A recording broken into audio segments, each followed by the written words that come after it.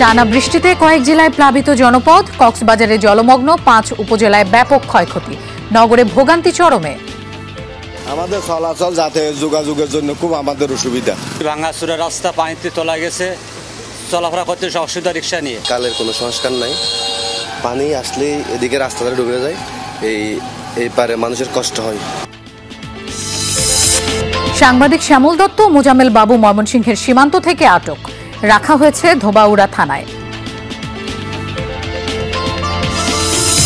নির্ধারিত সময়ে শেষ হয়নি রাসিকের প্রায় 3000 কোটি টাকার উন্নয়ন কাজ, সাবেক মেয়রের ব্যয় বৃদ্ধির আবদার বাতিল, প্রকল্পের মেয়াদ বাড়ানোর প্রস্তাব।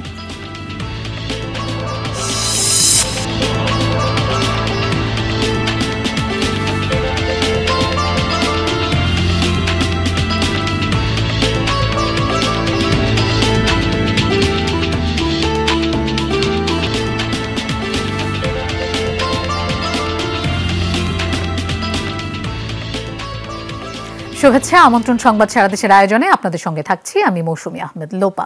এতক্ষণ শিরোনাম দেখছিলেন, এবার যাচ্ছি পুরো খবরে। দেশের কয়েক জেলায় বৃষ্টিপাত অব্যাহত রয়েছে। টানা বৃষ্টিতে নিমজ্জিত উপকূলীয় অঞ্চলের নিম্নাঞ্চল। মাঝরাত থেকেই দফায় দফায় বৃষ্টি হচ্ছে উপকূলে, এতে তলিয়েছে বাগেরহাটের সদর সহ উপকূলের নিম্নাঞ্চল। তবে বেলা বাড়ার সাথে সাথে উন্নতি হচ্ছে আবহাওয়ার। এদিকে ভারী বৃষ্টিতে জলমগ্ন খুলনার রাস্তাঘাট অলিগলি, জলাবদ্ধ হয়ে পড়েছে নগরীর দোলখোলা, মিস্ত্রিপাড়া, মৌলভীপাড়া সহ বিভিন্ন নিম্নাঞ্চল। এতে বিপাকে পড়েছেন শ্রমজীবীরা। খুলনা আবহাওয়া অফিসের মতে গত 24 ঘন্টায় 154 মিলিমিটার বৃষ্টিপাত রেকর্ড করা হয়েছে। দুর্ভোগটা তো বিশাল ভয়াবহ অবস্থা। বৃষ্টির সামান্য হইলেই মনে করেন রোডে পানি বইতে যায়, তাহলে মনে করেন রোডের কি লাভ হইলো? বৃষ্টিতে ভাঙাচুরা রাস্তা পানিতে তোলা গেছে, চলাফেরা করতে অসুবিধা রিক্সা নিয়ে। 100 কোটি টাকার প্রকল্প খুলনার উন্নয়নে ব্যয় করা হয়েছে, কিন্তু আসলে আমরা যেরকম সুফল পাওয়া সেরকম সুফল আমরা পাচ্ছি না।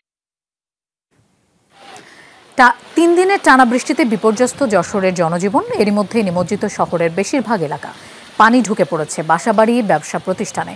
স্থবির জনজীবন, চরম ভোগান্তিতে নগরবাসী। জরুরি প্রয়োজন ছাড়া ঘর থেকে বের হচ্ছে না কেউ। এতে আয় কমেছে খেটে খাওয়া মানুষের। বৃষ্টি কমায় পানি নামতে শুরু করেছে নোয়াখালী থেকে, তবে এখনও জলমগ্ন সেনবাগ, সোনাইমুড়ি ও বেগমগঞ্জের নিচু এলাকা। বন্যার ধকল কাটিয়ে ওঠার আগেই গত কদিনের অবিরাম বৃষ্টিতে আবারও নিমজ্জিত হয় নোয়াখালীর নিম্নাঞ্চল। এতে 5 উপজেলায় পানিবন্দী হয়ে পড়ে অন্তত 12 লাখ মানুষ। নতুন করে আশ্রয় কেন্দ্রে ঠাঁই নিয়েছে 40,000 বানভাসী। একই পরিস্থিতি লক্ষ্মীপুরেও। গতকাল রাত থেকে বৃষ্টি না হওয়ায় উন্নতি হচ্ছে প্লাবন পরিস্থিতির।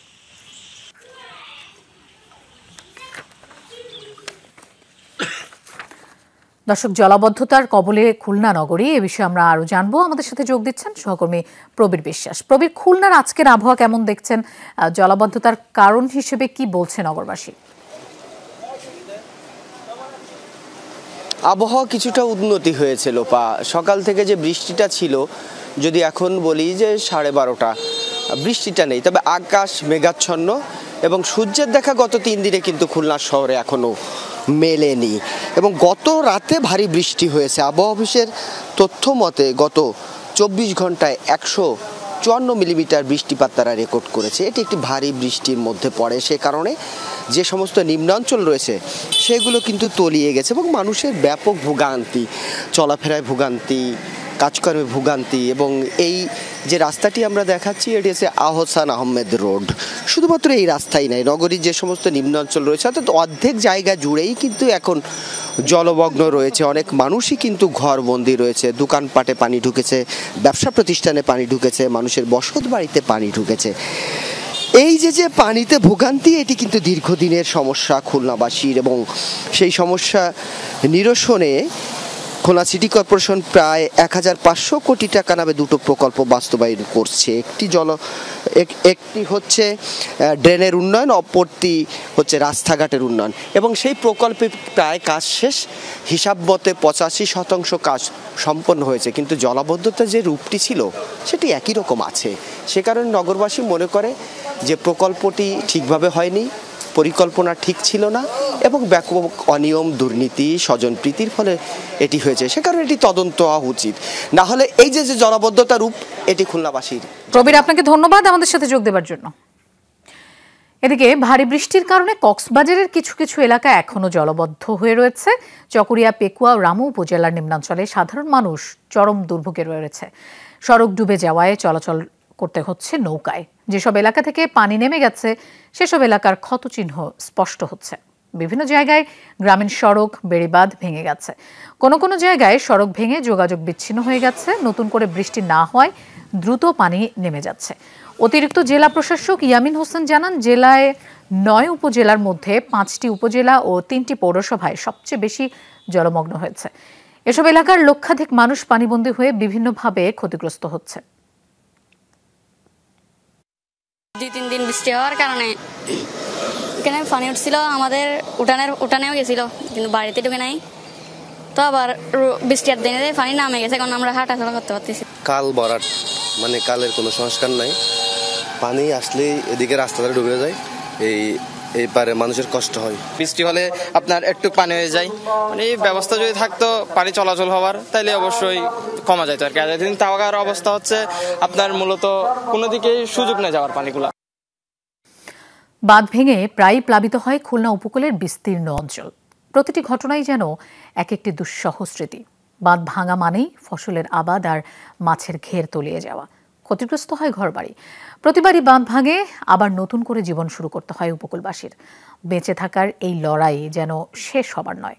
অথচ প্রতি বছরই কোটি কোটি টাকা খরচ হয় এই বেড়িবাঁধ সংরক্ষণে।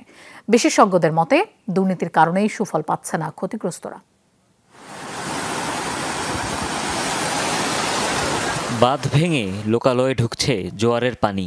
চলতি মাসের শুরুতে খুলনা দাকপের খোনারাবাদ এলাকার বেড়িবাঁধ ভেঙে ঢাকি নদীর পানিতে তলিয়ে যায় আশপাশের 3 গ্রামের অধিকাংশ এলাকা। ভরা জোয়ারে বাঁধ ভেঙে বিস্তীর্ণ অঞ্চল প্লাবিত হওয়ার এমন দৃশ্যের সাথে উপকূলবাসীর পরিচয় দীর্ঘদিনের। অগাস্টেই ভদ্রা নদীর পানির তোড়ে ক্ষতিগ্রস্ত হয় কালীনগর বাঁধ। এর আগে কয়েক দফায় ঘূর্ণিঝড়ে কয়রা, পাইকগাছা, দাকপের অন্তত 10টি পয়েন্টে বন্যা নিয়ন্ত্রণ ও ফসল রক্ষা বাঁধে ভাঙন দেখা দেয়। ধান তো 30 বিঘে জমি করেছি, তার সব মানে বাঁচিয়ে গেছে। নেড্ডে ঘিরে রাইছেন, মাছ শাক ছিল ঘিরে, তা বারোই আছে কি নেই তা বলতে পারিনি। প্রতিবারই প্লাবনে ভেসে যায় চিংড়ির ঘের আর ঘরবাড়ি। এতে জানমালের ব্যাপক ক্ষয়ক্ষতি উপকূলীয় এলাকার মানুষের। গত 5 বছরে অন্তত 5 বার ভাঙছে এখানে, কিন্তু ওনারা কোনো টেকসই বাঁধের জন্য মানে পানি উন্নয়ন বোর্ডের কোনো ভূমিকা আমরা এই অঞ্চলে দেখি নাই। আগে থেকে ব্যবস্থা নেয় তাহলে তো স্বেচ্ছাশ্রম পায় না, ওদের টাকা দিয়ে শ্রম কিনতে হয়। তারা মাথাই করে না যে এটা এলাকার মানুষ ভোগান্তিতে আছে। পানি উন্নয়ন বোর্ডের হিসাবে গত 10 বছরে শুধু বাঁধ সংরক্ষণেই খুলনায় ব্যয় হয়েছে 1.5 কোটি টাকার বেশি। তারপরও টেকসই বাঁধ পায়নি এ অঞ্চলের মানুষ। স্থায়ী বাঁধের বদলে সংস্কারেই আগ্রহ বেশি কর্মকর্তাদের। অপ্রিয় হলেও সত্য, একেবারে নিচের থেকে উপর পর্যন্ত নানানভাবে দুর্নীতির সাথে যুক্ত থাকে। কাজের গরু কেতাবে আছে, গোয়ালে নাই, ব্যাপারটা অনেকটা ওরকম। ফলে এই সংস্কৃতি থেকে আমাদের বেরিয়ে আসতে হবে এবং এই দুর্নীতির যে একটা মহা প্রবণতা ছিল আমাদের, এ থেকে যদি বেরিয়ে না আসা যায় তাহলে আমাদের এই সমস্যার সমাধান কিন্তু সহজে সম্ভব না। ক্ষতিগ্রস্ত বাঁধগুলো টেকসই করার বদলে আবারও সংস্কারের উদ্যোগ নিয়েছে পানি উন্নয়ন বোর্ড। অক্টোবর নভেম্বর মাসে একটা ঘূর্ণিঝড় হওয়ার সম্ভাবনা থাকে। এর আগেই আমাদের সবগুলো বেড়িবাঁধ আমরা মেরামত করে আমাদের যে ডিজাইন স্পেসিফিকেশন অনুযায়ী এগুলো সংস্কার করা হবে। খুলনা উপকূল জুড়ে 630 কিলোমিটার বেড়িবাঁধ রয়েছে। এই এলাকা জুড়ে প্রায় 7.5 লাখ মানুষের বসবাস। হুমায়ুন রশিদ, যমুনা নিউজ। ময়মনসিংহের ধোবাউড়াও সীমান্ত থেকে সাংবাদিক মোজাম্মেল হক বাবু এবং শ্যামল দত্ত সহ 4 জনকে আটক করেছে পুলিশ। পুলিশ জানায় ভোরে সীমান্ত পার হওয়ার সময় তাদের ধরে ফেলে স্থানীয়রা। পরে তাদের হেফাজতে নেয় ধোবাউড়া থানা পুলিশ। স্থানীয়রা জানায় গতরাত 2টার দিকে ধোবাউড়া সড়কের গোয়াতলা বাজার হয়ে একটি প্রাইভেট কার উপজেলা হাসপাতালের সামনে গিয়ে থামে। সেখান থেকে সাংবাদিক মোজাম্মেল হক বাবু, শ্যামল দত্ত, গণমাধ্যম কর্মী মাহবুবুর রহমান ও প্রাইভেট কার চালককে মোটরসাইকেলে করে সীমান্তে নিয়ে যায় 2 ব্যক্তি। অবৈধভাবে সীমান্ত পার হওয়ার সময় স্থানীয়রা তাদের আটক করে।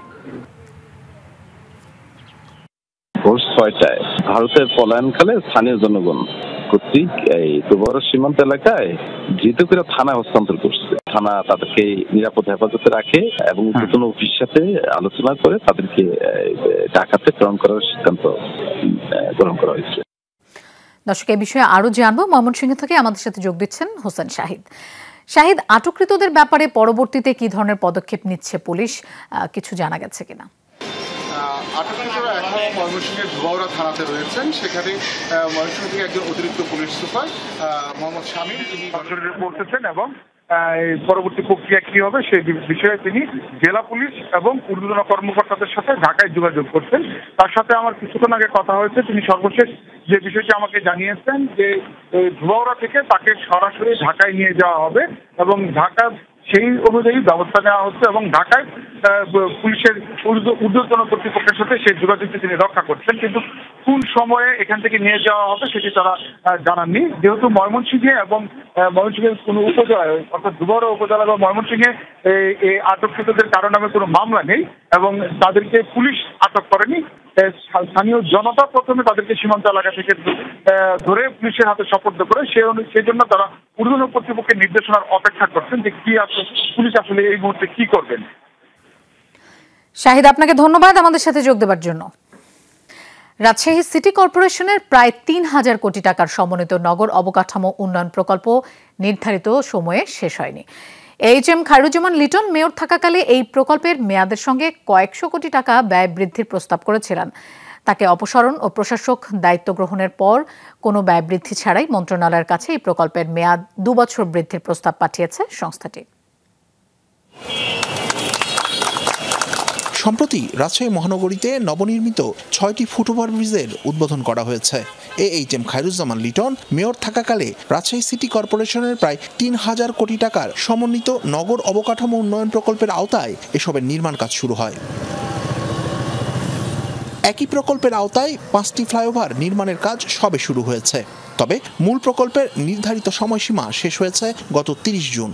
খায়রুজ্জামান লিটন মেয়র থাকাকালে এই প্রকল্পের মেয়াদ বৃদ্ধির পাশাপাশি কয়েকশো কোটি টাকা ব্যয় বৃদ্ধির প্রস্তাব করা হয়, যদিও তাকে অপসারণের পর ব্যয় বৃদ্ধি না করেই প্রকল্পের মেয়াদ বাড়ানোর প্রস্তাব করেছে সংস্থাটি। মাননীয় মেয়র থাকাকালীন সময়ে এই প্রকল্পটাকে যেহেতু সময় বাড়বে, এই জন্য এটা যে কলেবরে প্রকল্পটা তৈরি করা হয়েছিল সংশোধিত ডিপিপিতে, আমরা সেটা এখন দেখেছি যে না, আমরা ঠিক প্রকল্পের যে মূল বরাদ্দ ছিল সেই বরাদ্দের ভিতরে সীমাবদ্ধ রেখে সংশোধিত ডিপিপি আমরা মন্ত্রণালয়ে পাঠাচ্ছি, যাতে করে আমাদের কোনো ব্যয় না বৃদ্ধি পায়। প্রকল্প পরিচালকও সম্প্রতি অবসরে গিয়েছেন, নতুন করে ওই পদে কেউ নিযুক্ত হননি এখনো। তারপরেও প্রকল্পের কাজ চালিয়ে যেতে চায় সিটি কর্পোরেশন। পিডি হিসেবে নিয়োগ দেওয়ার জন্য অলরেডি মাননীয় প্রশাসক মহোদয় অলরেডি পত্র লিখেছেন এবং সেটা মন্ত্রণালয়ে আমরা পাঠাচ্ছি। যতদিন পর্যন্ত প্রকল্প পরিচালক বা প্রধান প্রকৌশলী হিসেবে কাউকে আমরা ডেপুটেশনে এখানে না পাবো, ততদিন পর্যন্ত এখানে যারা আছে তাদেরকে দিয়ে আমাদের এখানে কাজ চালিয়ে নিতে হবে। মন্ত্রণালয়ের অনুশাসন অনুযায়ী জনস্বার্থে নেওয়া অর্থসমাপ্ত সবগুলো কাজই পুরোপুরি শেষ করতে চায় রাজশাহী সিটি কর্পোরেশন। তবে অপ্রয়োজনীয় বিবেচিত হলে সেসব কাজ আর সম্পন্ন করার কোনো পরিকল্পনা তাদের নেই। যদি জনস্বার্থ সম্পৃক্ত যেগুলো শুরু করেনি বা হাফডাউন অবস্থায়, সেগুলো হয়তো আমরা শেষ করতে হবে, নাহলে জনভোগান্তি হচ্ছে।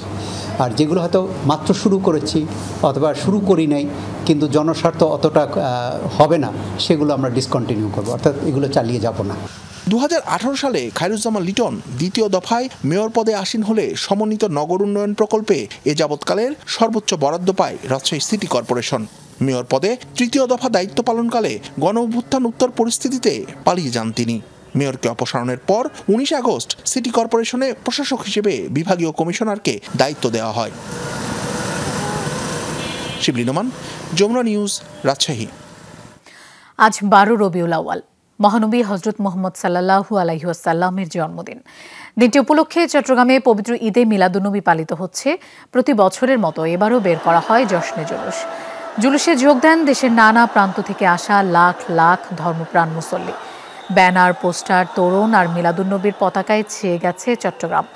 যোগ দেন বিপুল সংখ্যক অনুসারী। নগরের ১৬ শহরে জামিয়া আহমদিয়া সুন্নিয়া মাদ্রাসার সামনে থেকে শুরু হয় জশ্নে জুলুস। জুলুসকে কেন্দ্র করে বন্দনগরের বেশিরভাগ সড়ক পরিণত হয় জনসমুদ্রে। চট্টগ্রাম ছাড়াও আশপাশের জেলা থেকেও যোগ দেন অনেকে। সেই ঐতিহাসিক অদ্বিতীয় মুহূর্তকে উদযাপনের জন্য আওলাদ রসুল আল্লামা হাফেজ কারি সৈয়দ আহমদ শাহ সিগড়ি রহমতুল্লাহ প্রথমত সারা বিশ্বের মধ্যে এই বাংলার জমিনে জশ্নে জুলুসের ব্যবস্থা করেন। প্রতি বছর আসতে আমার ভালো লাগে। ঈদে মিলাদুন্নবী জুলুস পালন করবো, এটা হচ্ছে আমাদের চাওয়া। আমরা সকালে নামাজের পরে আমরা মিলাদ কিয়াম মিলাদ মাহফিল করেছি এবং সবার সাথে মোলাকাত করেছি। এটা আমাদের সর্বশ্রেষ্ঠ ঈদ। নানা আয়োজনে সিলেটে পালিত হচ্ছে ঈদে মিলাদুন্নবী। সকালে গাউসিয়া কমিটির উদ্যোগে শহরে জশ্নে জুলুস বের হয়। এ সময় র্যালিটি নগরীর বিভিন্ন সড়ক প্রদক্ষিণ করে। এর আগে হযরত শাহজালাল রহমাতুল্লাহ আলাইহির দরগা প্রাঙ্গণে অনুষ্ঠিত হয় আলোচনা সভা ও দোয়া। এতে সিলেটের বিভিন্ন শ্রেণী পেশার মানুষ ও রাসূল প্রেমীরা অংশ নেন। এ সময় দেশের বিভিন্ন স্থানে মাজারে হামলা ও ভাঙচুরের তীব্র নিন্দা জানান অংশ নেয়া অনুসারীরা।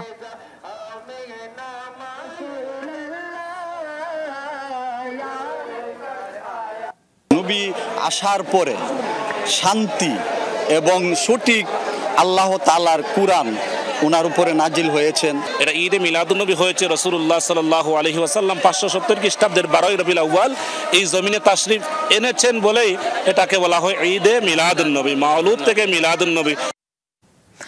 দর্শক, এই ছিল সংবাদ সারা দেশের এখনকার আয়োজনের। এতক্ষণ সাথে থাকার জন্য ধন্যবাদ সবাইকে।